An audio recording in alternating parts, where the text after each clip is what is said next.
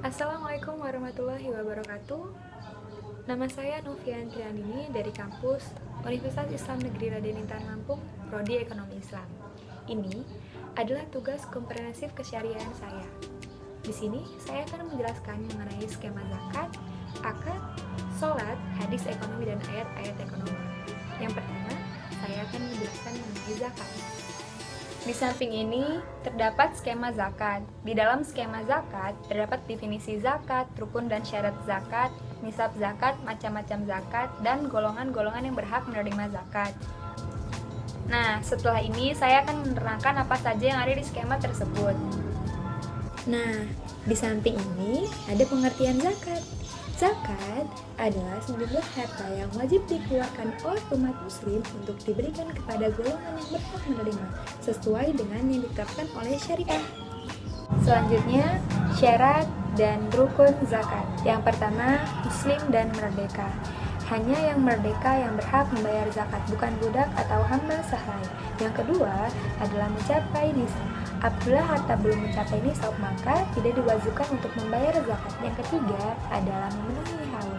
Selain nisab, harta yang perlu dipenuhi adalah haul. Haul adalah masa kepemilikan selama 1 tahun. Yang keempat, milik penuh. Harta yang wajib dikeluarkan zakatnya adalah harus yang dimiliki secara penuh, bukan dari hutang. Yang kelima, melebihi kebutuhan pokok. Apabila dirinya belum bisa memenuhi kebutuhan pokoknya, maka tidak diwajibkan untuk membayar zakat. Yang keenam adalah penyerahan kepemilikan. Saat berzakat artinya berpindah kepemilikan dari muzaik ke mustahik. Selanjutnya, macam-macam zakat. Secara umum, zakat dibagi menjadi 2, zakat fitrah dan zakat mal. Zakat fitrah adalah zakat yang wajib dikeluarkan oleh setiap orang Islam, baik laki-laki maupun perempuan, dengan cara mengeluarkan bahan makanan pokok sesuai ketentuan Islam. Zakat mal berarti membersihkan harta dengan mengeluarkan sebagian dari harta yang dimiliki dan diberikan kepada orang yang berhak menerimanya apabila sudah mencapai nisab. Nah, kalian tahu nggak cara perhitungan zakat fitrah? Zakat fitrah per orang 3,5 liter kali harga beras di pasaran. Misalnya, harga beras di pasaran Rp10.000 dikali 3,5 liter beras sama dengan Rp35.000.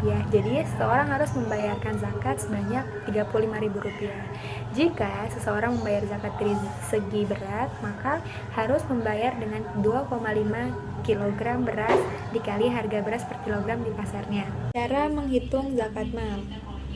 Zakat mal 2,5% kali jumlah harta yang tersimpan selama 1 tahun. Menghitung nisab zakat mal sama dengan 85 kali harta emas pasaran per gramnya. Contohnya, Umi punya tabungan 100 juta rupiah, deposito 200 juta rupiah, rumah kedua yang dikontrakkan senilai 500 juta rupiah, dan emas perak senilai 200 juta rupiah. Total harta yang dimiliki Umi sebesar 1 miliar rupiah.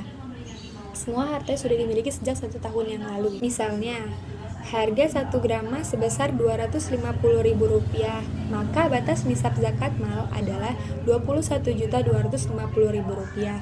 Karena harta Umi lebih dari limit nisab, maka ia harus membayar zakat mal sebesar 1 miliar dikali 2,5%, sama dengan 25 juta per tahun. Nisab emas. Nisab emas sebanyak 20 dinar, sama dengan 1 dinar 4,25 gram emas. Jadi, 20 dinar sama dengan 85 gram emas murni. Dari nisab tersebut diambil 2,5%. Jika lebih dari nisab dan belum sampai ukuran kelipatannya, maka diambil dan diikutkan dengan nisab awal. Contoh, Rani memiliki emas 87 gram yang disimpan. Jika telah sampai haulnya, wajib untuk dikeluarkan zakatnya, yaitu 2,5% dikali 87 gram sama dengan 2,175 gram atau uang seharga emas tersebut. Nisab hasil pertanian. Nisab hasil pertanian adalah 5 wasak. 1 wasak sama dengan 60 sak. 1 sak sama dengan 3 kg. Nisab zakat hasil pertanian adalah 300 sak dikali 3 kg sama dengan 900 kg. Bila pertanian itu menggunakan alat penyiram tanaman, maka zakatnya adalah 5%. Jika diairi dengan air hujan, maka zakatnya adalah 10%. Misalnya, seorang petani hasil panennya sebanyak 1000 kg, maka zakat yang dikeluarkan bila dengan alat penyiram tanaman adalah 1000 dikali 5% sama dengan 50 kg. Jika diairi dengan air hujan, maka 1000 dikali 10% sama dengan 100 kg.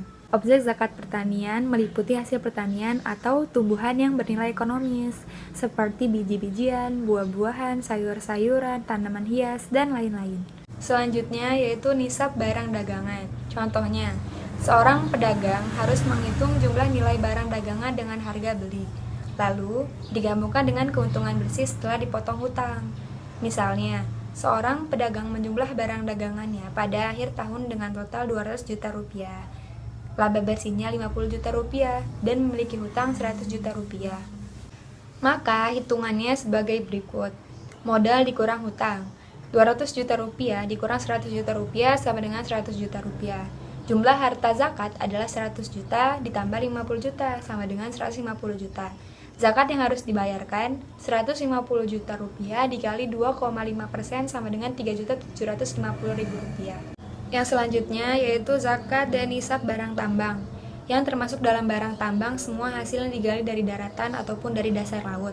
Sementara yang dikeluarkan dari laut yaitu seperti mutiara, ambar, dan marjan harus dizakati seperti zakat komoditas barang. Nah, di samping ini terdapat nisab yang harus dizakati sesuai dengan barang tambang yang ditemukan. Yang selanjutnya yaitu nisab zakat barang temuan atau rikas. Apabila kita menemukan harta terpendam yang biasa kita sebut harta karun seperti emas dan perak, maka kita wajib menzakatinya sebanyak 1/5 atau 20% dari barang yang kita temukan tersebut. Selanjutnya yaitu zakat hewan ternak. Nisab hewan ternak unta. Yang pertama ialah bila seorang memiliki 5 ekor hewan unta, berarti wajib untuk menzakatinya. Artinya, kalau kurang dari 5 ekor, maka tidak diwajibkan untuk menzakati. Lalu, zakatnya bertambah bila untanya juga lebih banyak. Selanjutnya, nisab zakat ternak hewan sapi. Nisab setiap 30 ekor sapi atau kerbau, zakat yang harus dibayarkan adalah 1 ekor anak sapi atau kerbau. Nah, selanjutnya hewan ternak kambing. Nisab kambing yaitu setiap 100 ekor kambing, zakat yang harus dibayarkan 1 ekor kambing. Biasanya umurnya 2 tahun lebih. Berikut ini adalah tabel jenis hewan ternak nisab beserta kadar zakatnya. Yang selanjutnya adalah nisab dan zakat profesi. Zakat profesi adalah zakat yang dikeluarkan dari penghasilan profesi. Profesi tersebut misalnya pegawai negeri atau swasta, konsultan, dokter, notaris, akuntan, aktris, dan wira swasta. Nisab atau cara perhitungan zakat profesi. Secara langsung, zakat dihitung dari 2,5% dari penghasilan kotor secara langsung setelah penghasilan diterima. Metode ini lebih tepat dan adil bagi mereka yang tidak mempunyai tanggungan atau kecil tanggungannya. Contohnya, seorang lajang dengan penghasilan 3 juta rupiah tiap bulannya, maka wajib membayar zakat sebesar 2,5% dikali 3 juta rupiah sama dengan 75.000 per bulannya, atau 900.000 rupiah per tahun. Ada 8 golongan yang berhak menerima zakat. Yang pertama, orang fakir, orang yang tidak memiliki harta. Yang kedua, orang miskin, orang yang penghasilannya tidak mencukupi. Yang ketiga, amil zakat, panitia penerima dan pengelola zakat. Yang keempat adalah mu'alaf, orang yang baru memeluk agama Islam. Yang kelima adalah rikob, orang yang terbelenggu di bawah suatu kuasa. Yang keenam adalah gharim, orang yang tidak mampu membayar hutang dalam memenuhi keperluan asasi. Yang ketujuh adalah fisabilillah, orang yang berjuang dan berusaha di jalan Allah Subhanahu wa taala. Yang kedelapan adalah ibnu sabil, orang yang bermusafir atau pelajar perantauan. Nah, di samping ini terdapat skema sholat. Di dalam skema sholat terdapat syarat-syarat sah sholat, rukun sholat, wajib sholat, dan sunnah-sunnah sholat. Nah, setelah ini saya akan menerangkan apa saja yang ada di skema tersebut. Di dalam sholat terdapat syarat-syarat sah sholat. Syarat-syarat sah sholat dibagi menjadi 6. Yang pertama, mengetahui waktu sholat. Yang kedua, suci dari hadas besar dan hadas kecil. Yang ketiga, kesucian baju, badan, dan tempat untuk sholat. Yang keempat, menutup aurat. Yang kelima, menghadap kiblat. Dan yang keenam adalah niat. Rukun sholat. Rukun sholat adalah jika ditinggalkan maka batal sholatnya, baik sengaja maupun tidak sengaja, atau batal rokaat yang terlewat rukun tersebut sehingga rokaat yang berikutnya menempati kedudukan rokaat tersebut. Nah, selanjutnya saya akan menyebutkan rukun-rukun dalam sholat. Rukun-rukun sholat. Rukun-rukun sholat terbagi menjadi 14. Yang pertama adalah berdiri. Yang kedua, takbiratul ihram. Yang ketiga, membaca al-fatihah. Yang keempat, ruku dalam tiap rokaat. Yang kelima dan keenam bangkit dari ruku dan i'tidal. Yang ketujuh sujud. Yang kedelapan bangkit dari sujud dan duduk antara dua sujud. Yang kesembilan tumaninah. Yang ke-10 dan ke-11 tasyahud akhir dan duduk padanya. Yang ke-12 selawat Nabi pada tasyahud akhir. Yang ke-13 tertib antara rukun-rukun tersebut. Yang ke-14 adalah salam. Selanjutnya, sebelum masuk ke wajib-wajib sholat, pengertian dari wajib adalah jika meninggalkannya secara sengaja maka batal sholatnya. Jika tidak sengaja maka tidak batal, namun harus menggantinya dengan sujud sahwi. Selanjutnya adalah wajib-wajib sholat. Wajib-wajib sholat yang pertama adalah seluruh takbir kecuali takbiratul ihram. Yang kedua tasmi', yaitu membaca sami Allahu liman hamidah. Wajib dibaca oleh imam ataupun orang yang sholat sendirian, adapun makmum tidak membacanya. Yang ketiga adalah tahmid, yaitu membaca Rabbana walakal ham. Berdasarkan sabda Rasulullah, jika imam membaca sami Allahu liman hamidah, maka ucapkanlah Rabbana walakal ham. Yang keempat adalah bacaan ruku, yaitu seperti bacaan Subhana Rabbiyal Azim, yang wajib sekali, disunahkan bacanya 3 kali, namun jika lebih tidak apa-apa. Yang kelima bacaan sujud, yaitu seperti bacaan Subhana Rabbiyal A'la, yang wajib sekali, disunahkan membacanya 3 kali. Yang keenam adalah bacaan duduk antara dua sujud, yaitu seperti bacaan Robbighfirli, yang wajib sekali, disunahkan membacanya 3 kali. Yang ketujuh tasyahud awal. Yang kedelapan duduk pada tasyahud awal sengaja, namun mengurangi kesempurnaan sholat. Sunnah sholat terbagi menjadi 2. Yang pertama, sunnah berupa perkataan, bentuknya banyak sekali, diantaranya membaca doa iftitah, ta'awuz, membaca basmalah, membaca surat setelah Al-Fatihah, membaca bacaan ruku, sujud, doa antara dua sujud lebih dari sekali, doa setelah tasyahud akhir, dan lainnya. Yang kedua adalah sunnah berupa perbuatan, bentuknya juga baca, diantaranya mengangkat tangan saat takbiratul ihram, serta ketika dan akan setelah ruku, meletakkan tangan kanan di atas tangan kiri, dan meletakkannya di atas dada saat berdiri, melihat tempat sujud, meletakkan tangan di atas lutut saat ruku, menjauhkan antara perut dan paha dan betis saat sujud, dan lainnya. Nah, yang selanjutnya adalah skema akad. Di dalam skema akad terdapat definisi akad, rukun dan syarat akad, macam-macam akad yang ada di dalam ekonomi. Nah, setelah ini saya akan menerangkan apa saja yang ada di skema tersebut. Pengertian akad dalam arti luas hampir sama dengan pengertian akad dari segi bahasa.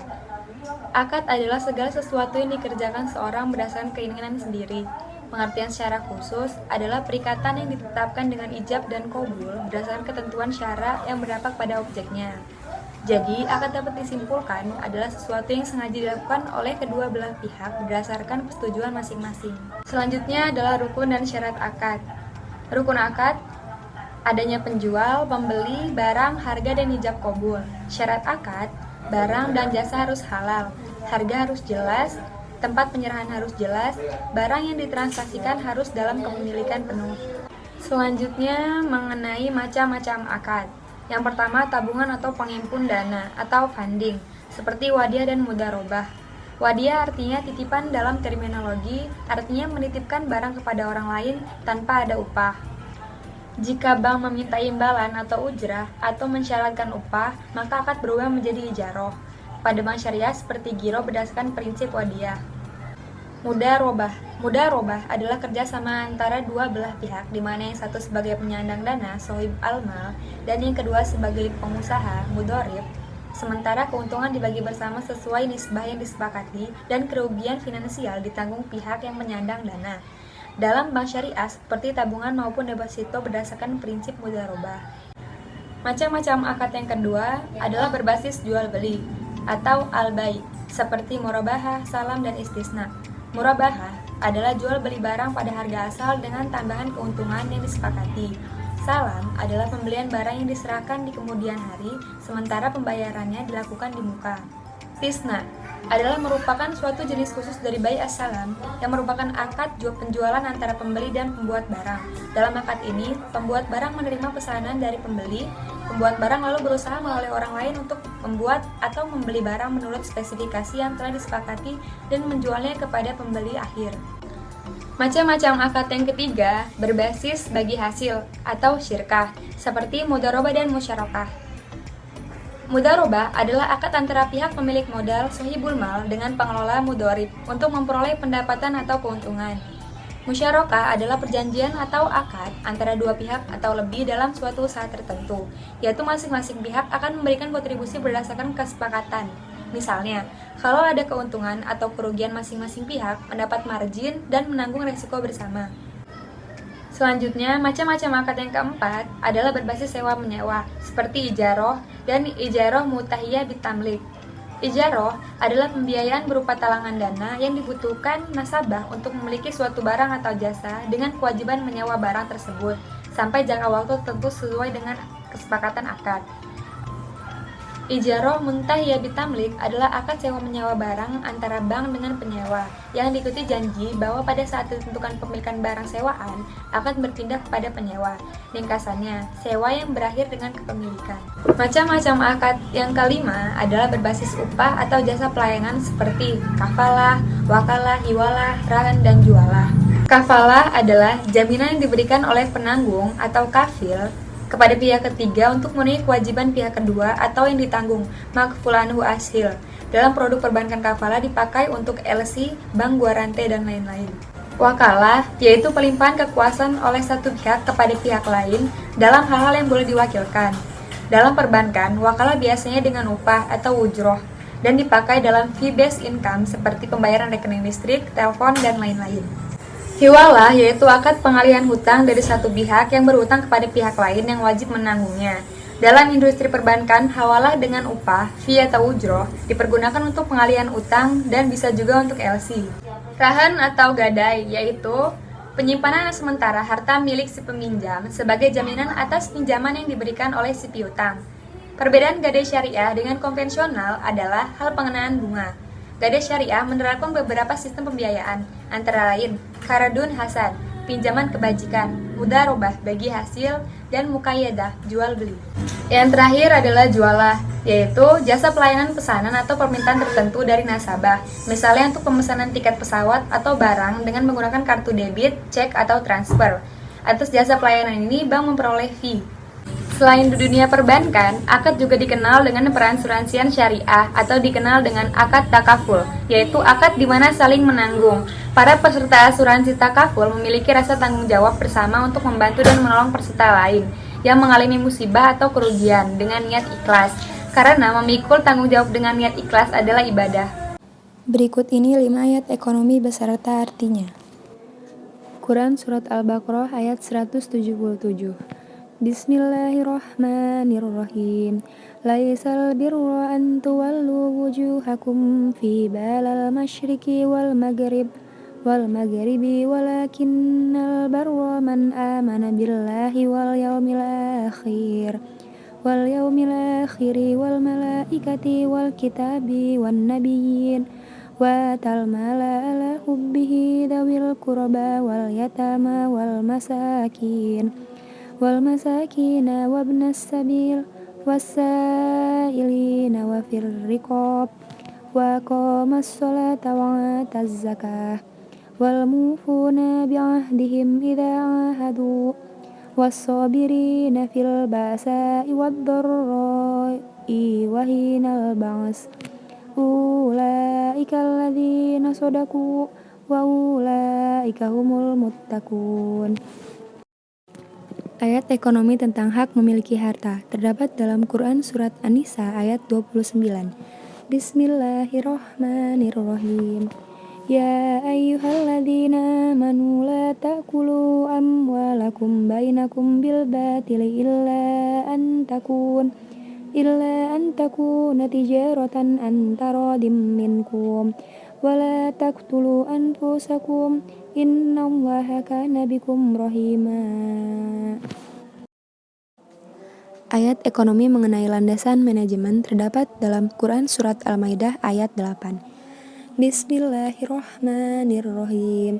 Ya ayyuhalladzina amanu kunu qawwamina lillahi syuhada'a bil qis wala yajrimannakum syana'anu qaumin ala alla ta'dilu i'dilu huwa aqrabu littaqwa wattaqullah innallaha khabirum bima ta'malun. Ayat ekonomi mengenai landasan dasar bank syariah terdapat dalam Quran Surat An-Nisa ayat 58. Bismillahirrahmanirrahim. Innallaha ya'murukum an tuwaddu amanati ila ahliha wa idha hakamtum bainan nasi an tahkumu bil adl. Innallaha ni'ma ya'idukum bih. Innallaha kana sami'an basira. Ayat ekonomi mengenai hasil perniagaan terdapat dalam Quran Surat Al-Baqarah ayat 198. Bismillahirrahmanirrahim. Laisa alaikum junahun an tabtagu fadlam mir rabbikum. Artinya, tidak ada dosa bagimu mencari karunia rezeki hasil perniagaan dari Rabbmu. Berikut ini 5 hadis ekonomi beserta penjelasannya. Hadis mengenai membayar hutang. Fa inna khairukum ahsanakum qada'an. Sesungguhnya di antara orang-orang yang terbaik dari kamu adalah orang yang sebaik-baiknya dalam membayar hutang. Hadis riwayat Bukhari dan Muslim. Hadis mengenai haramnya memakan uang riba. Dirhumu riba yakuluhur rajulu wa huwa ya'lamu asyaddu min sittan wa salasiyani zinnah. Artinya 1 dirham uang riba yang dimakan seseorang, sedangkan orang tersebut mengetahuinya, dosa perbuatan tersebut lebih berat daripada dosa 60 kali zina. Hadis riwayat Ahmad. Hadis mengenai jual beli. An Abi Qatadah an-Ansari annahu sami'a Rasulullah sallallahu alaihi wasallam yaqulu iyyakum wa kafratal halifi fil bai'i fa innahu yunaffiqu summa yamhaku. Rawahu Muslim. Dari Qatadah al-Ansari radhiyallahu anha bahwa ia mendengar Rasulullah sallallahu alaihi wasallam bersabda, hindari banyak bersumpah dalam berbisnis jual beli, karena sesungguhnya yang demikian itu bisa laku terjual kemudian terhapus keberkahannya. Hadis riwayat Muslim. An Ibni Umar radhiyallahu anhu anna Rasulullah sallallahu alaihi wasallam qala la yabi'u ba'dukum ala bai'i ba'din. Rawahu Muslim. Artinya dari Ibnu Umar radhiyallahu anha, sesungguhnya Rasulullah sallallahu alaihi wasallam bersabda, sebagian kalian tidak boleh membeli atas pembelian sebagian yang lainnya. Hadis riwayat Muslim. Hadis mengenai menimbun barang. An Abi Hurairah radhiyallahu anhu qala Rasulullah sallallahu alaihi wasallam man ihtakara hukratan yuridu ay yugliya biha 'alal muslimin fahuwa khati'u.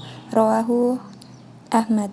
Dari Abu Hurairah radhiyallahu anha, ia berkata Rasulullah sallallahu alaihi wasallam bersabda, barang siapa yang menimbun suatu barang dengan maksud untuk meninggikan harganya terhadap orang Islam, maka ia berdosa. Hadis riwayat Ahmad.